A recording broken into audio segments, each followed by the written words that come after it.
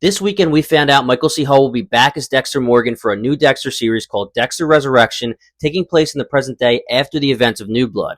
All signs are pointing to Dexter being alive and the main character, with Michael C. Hall stating in an interview that it was very cold out the night he was shot. So the assumption here is that the cold made him bleed out slowly, saving his life. So, with Dexter Resurrection being announced and Dexter being brought back for a third time, I think it's finally time to fully unleash the serial killer. Dexter's at its best and most entertaining when Dexter is hiding in plain sight with everyone having no idea he's actually a serial killer. The best part about the show is him working in the shadows and the suspense of him trying not to get caught. However, confirmation that this sequel takes place directly after the events of New Blood basically destroys that. At the end of New Blood, he was arrested and booked as a murderer, and Batista from the OG series was consulted and told Dexter is actually alive. So not only has he been outed as a killer in the life that he built in New Blood, but he also has been outed to Batista, someone close to him in his previous life in Miami.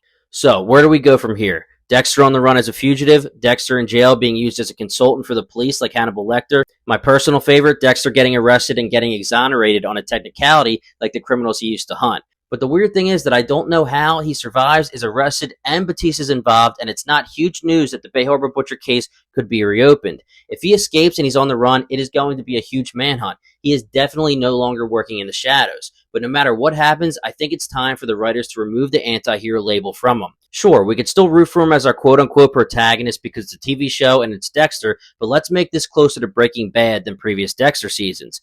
I'm ready for Dexter to stop hiding in the shadows and show his true colors. He's tried giving up killing in the past, and apparently it doesn't work. Are we really going to get another storyline of him trying to abstain from killing, or will we get a different Dexter? One who still cares for Harrison and one who follows the code, but also someone who finally understands he is the bad guy and the time for pretending is over. I'm ready for him to show everyone how formidable he is as a villain.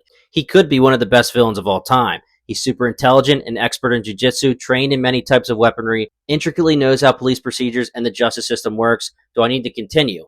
I'm fine with him still following the code and only wanting to hunt criminals. I definitely don't need him to decide he's going to go on a killing spree. But there have been times where we've also seen him get to the point where he says, "Don't mess with me or I'll throw the code out the window." It's time for us all to stop pretending like he's not a killer. The show's had many chances to have him finally stop killing and realize he is the bad guy who needs to turn himself in. Every time that's about to happen, he gets selfish and comes up with a reason why he can't turn himself in. He always brings up Deb, Cody, Astor, Harrison. What if they figure out that I'm a killer? Well, Deb's dead and Harrison knows the truth, so the logical ending would be Dexter turning himself in, but I doubt Showtime is bringing him back for something like that. There are a few times in the previous seasons where Dexter's able to be himself around an adversary and show them who he really is. Dokes, Trinity, Lila, Miguel Prado, LaGuardia, etc. I want to see more of that version of Dexter. Now, if they want to spread this out over several seasons, then fine. Let's have Dexter escape or get exonerated and disappear again, but then let's have stories of Batista and Quinn and Angela and whoever else knowing the truth and still searching for him. And then, eventually, the two stories can converge, and it leads to the climax and the final swan song for Dexter. I get that it's a TV show, but the only way this can go is he either dies or gets caught and is punished. Clyde Phillips is back running the show, and he originally envisioned the ending of Dexter with Dexter getting caught and executed for his crimes. Maybe he didn't die at the end of New Blood. Maybe he survived so that they could give him 1 or 2 more seasons to have his own Breaking Bad ending. What do you guys think? Let me know in the comments, and please hit that subscribe button if you enjoyed this video because a lot more will be coming. Alright, until next time, guys.